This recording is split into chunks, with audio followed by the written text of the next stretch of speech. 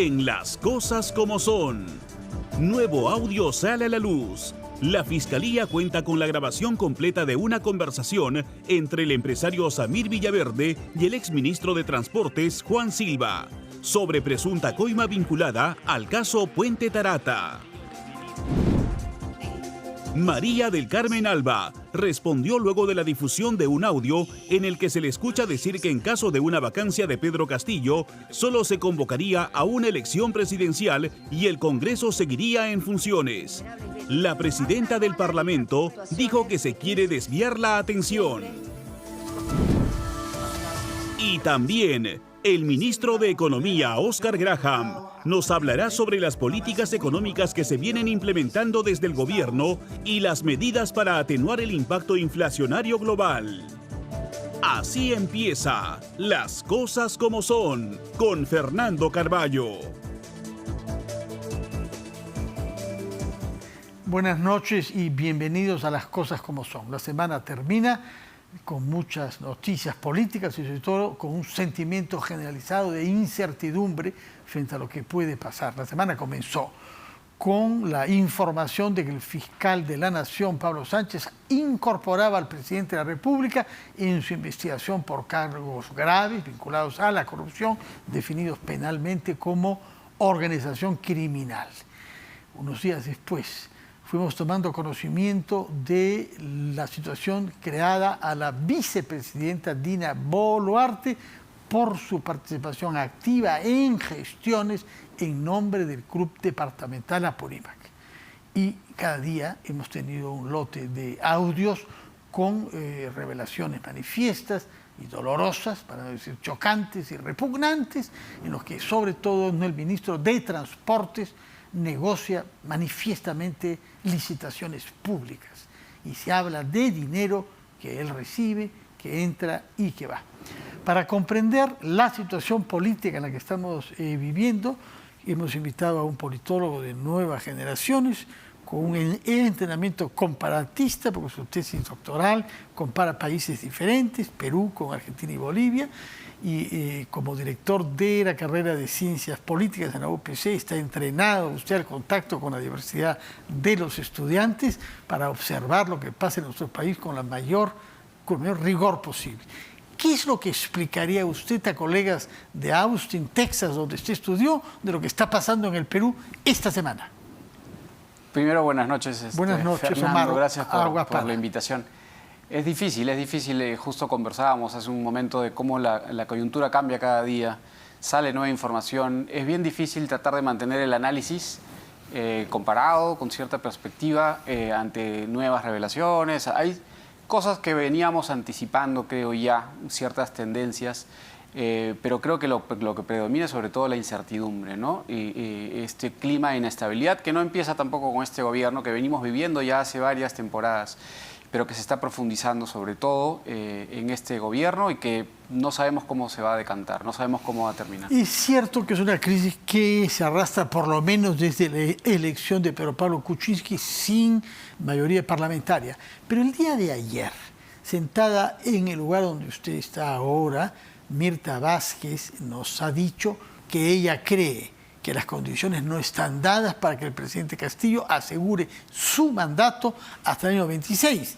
Esto dicho por una persona que ha trabajado estrechamente, es cierto que pocos meses, pero estrechamente como primera ministra. ¿Cómo interpreta usted esto que nos ha dicho ayer Mirta Vázquez, vía digital, por cierto? Como política, creo que está viendo que hay un gobierno que no va a lograr sostenerse en el poder, que esta coalición que ha logrado formar y que ha explicado un poco la permanencia, la sostenibilidad del gobierno hasta este momento no va a continuar probablemente, ¿no? Ya estamos viendo indicios de eso. Creo que la inestabilidad propia de haber tenido 4 gabinetes en menos de un año, el hecho de que la bancada oficialista en el Congreso ya esté dividida. Hoy día creo que acaban de anunciar. Ayer 1, hoy 2 más. Hoy 2 más. Quedan solamente 18. Ahora 19, es decir, ¿no? Ya se está acercando al número de AP y de APP. Exacto, y lo que puede tener muchas consecuencias, no solo en el funcionamiento normal del Congreso, pero no creo que haya de repente un cambio radical, pero va a poner a prueba de repente, se va a poner a prueba en momentos importantes, ¿no? Si es que empieza a extenderse los indicios de estas revelaciones que estamos viendo esta semana, ¿no? Si es que se va demostrando que estas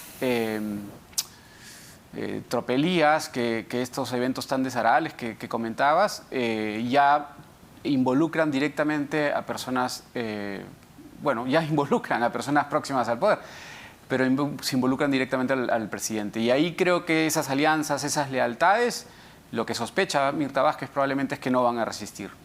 Tú has hablado de una coalición que bien que mal ha logrado formar el presidente Castillo.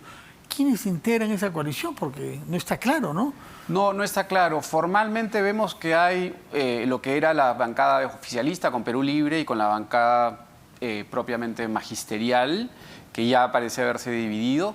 Incluía a la izquierda de Juntos por el Perú y los 5 congresistas que tiene. Y lo que hemos visto con el tiempo es que también había una composición o una alianza informal, probablemente con miembros de otras bancadas, que en muchas ocasiones votaban con el presidente Castillo. En algún momento, personas como Fernando Vivas, por ejemplo, hablaban de cierta composición regional, como la existencia de un bloque o una coalición regional que reflejaba un poco la votación, sobre todo en términos de investiduras, de confianzas, de censuras ministeriales.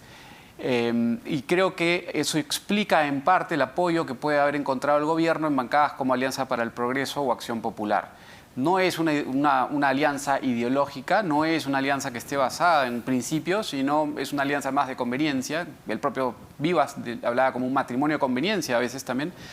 Y es, creo, la principal razón probablemente por la que Mirta Vázquez sospecha que esas coaliciones no sobrevivirían a escándalos de gran magnitud. Tenemos mala gestión pública en la mayoría de los ministerios, pero es particularmente grave en minería. No sabemos si por incompetencia o por algún cálculo perverso. No se sabe, puede haber de los dos, entre funcionarios de la PCM, del Ministerio de Minas, etc.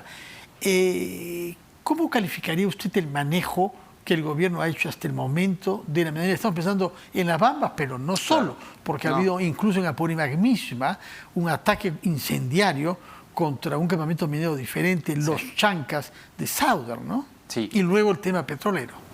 Sí, bueno, hay un tema de conflictividad social que se ha venido manifestando desde hace 20 años, por lo menos, en torno a proyectos extractivos. No es la primera vez, no va a ser la última en que tengamos conflictos alrededor de estos emprendimientos, pero hay que entender también que este gobierno llegó con un discurso que era anti-extractivista, anti-minería, anti-explotación de recursos naturales y probablemente... ¿Todo el gobierno? Por lo menos en la izquierda un poco más ideológica, ¿no? Me parece. Un poco el argumento era... incluso el proyecto de ley que han sacado hoy, de repente no tanto de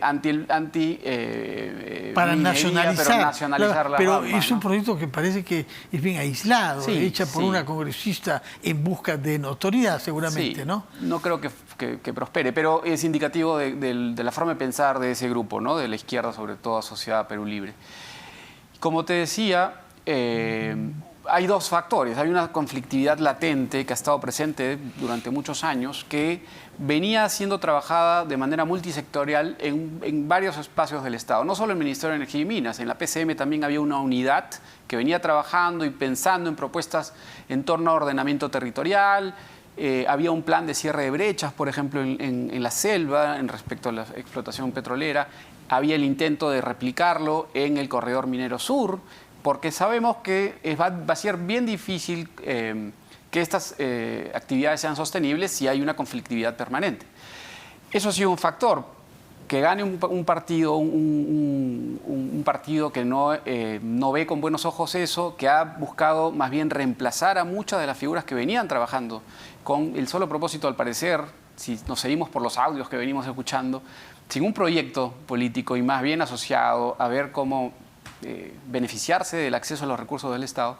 Creo que es una combinación que explica muy bien, por ejemplo, el caso de las Bambas. Ahora, su tesis doctoral, presentada por usted en Texas, estudia comparativamente el desempeño de la izquierda peruana en relación a la política económica en este país, en Argentina y en Bolivia. ¿qué se puede decir que define la visión económica que tiene Castillo y Aníbal Torres?